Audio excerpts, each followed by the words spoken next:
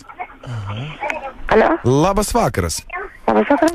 Jūs patrukdė Rolandas Mackevičius iš nacionalinės Lietuvos apklausos ir norėčiau užduoti jums kelis klausimus, tai truks vos porą minučių. Ar galėčiau? Gerai.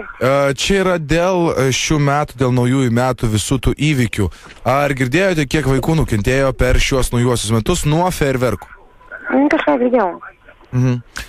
Ar, kaip jūs galvojate, ar tai būtų protinga ir normalu uždrausti apskritai fejerverkus? Ne. Manau, kad ne, vis dėlto kažkaip reikės, kad jie liktų. Užfiksavom atsakymą, dabar kitas klausimas. Šiemet 2 milijonai litų kainavo fejerverkai Vilniuje. Ar teko dalyvauti spūstyje? Ne, neteko.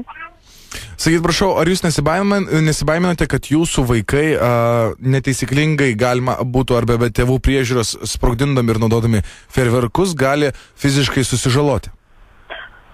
Kaip, baiminusi be abejo. Bet, kaip sako, mano likimo kartais nepavės, reikia saugoti be abejo. Bet juk galima uždrausti fejerverkus ir, na, kaip sakant, pabėgti nuo likimo. Nežinau. Panelė, dar vienas klausimas. Ar teko jums šauti fejerverkus? Gal, bet... Kaip gal? Tai arba teko? Gal labai seniai, neatsimenu. Praktiškai galbūt ne. O ar teko kad nors kruviną vaiką be pirštų nešti į greitosios pagalbos automobilį? Ne, neteko. Ar norėtumėt kada nors patirti tokį džiaugsmą? Ne. Kaip sakant, išgelbėti? Ai, ta prasme? Nu, gal galima sakyti, nu tai ir ta prasme. Nu kaip, jeigu reikėtų, tai padaryčiau taip, bet... O jūs nemanote, kad būtų paprasčiau tiesiog aptverti baseiną? Tai išėtų tada nesimaudyti visai, ne? Taip, būtent. Nežinau, kodėl. Ne.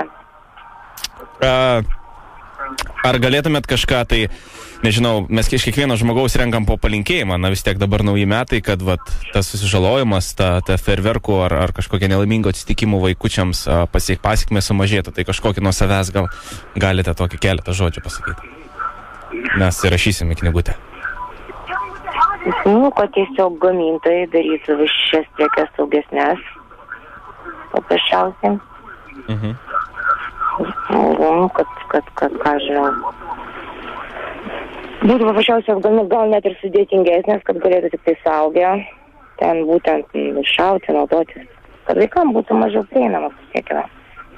Labai ačiū, gražų žodžiai, sėkmės ir viso gero. Vienas ant kitą ir aš manau, kad reikėjo biškį komfizikų įmest, ar ne? Jo, na rimta tema, čia negali per daug juokauti, nes iš tiesų taip ir yra, žinau.